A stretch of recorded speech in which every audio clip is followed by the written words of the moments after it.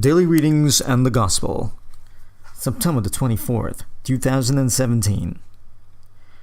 Isaiah chapter 55 verses 6 to 9.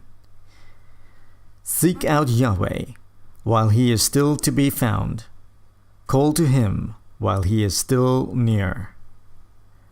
Let the wicked abandon his way, and the evil one of his thoughts.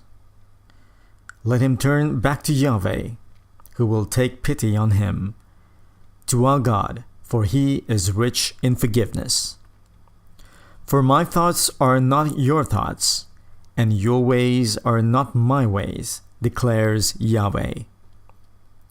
For the heavens are as high above earth as my ways are above your ways, my thoughts above your thoughts. Responsorial Psalm. Day after day I shall bless you. I shall praise your name forever and ever. Great is Yahweh, and worthy of all praise. His greatness beyond all reckoning. Yahweh is tenderness and pity, slow to anger, full of faithful love. Yahweh is generous to all. His tenderness embraces all his creatures. Upright in all that he does, Yahweh acts only in faithful love.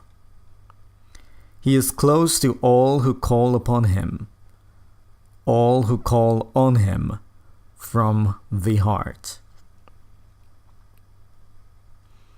The second reading, Philippians chapter 1 verses 20 to 24, 27. All in accordance with my most confident hope and trust that I shall never have to admit defeat, but with complete fearlessness I shall go on, so that now, as always, Christ will be glorified in my body, whether by my life or my death. Life to me, of course, is Christ. But then death would be a positive gain. On the other hand again, if to be alive in the body gives me an opportunity for fruitful work, I do not know which I should choose. I am caught in this dilemma. I want to be gone and to be with Christ, and this by far the stronger desire. And yet for your sake to stay alive in this body is a more urgent need. But you must always behave in a way that is worthy of the gospel of Christ, so that whether I come to you and see for myself, or whether I only hear all about you from a distance, I shall find that you are standing firm and united in spirit, battling as a team with a single aim, for the faith of the gospel. Gospel, Matthew chapter 20, verses 1 to 16.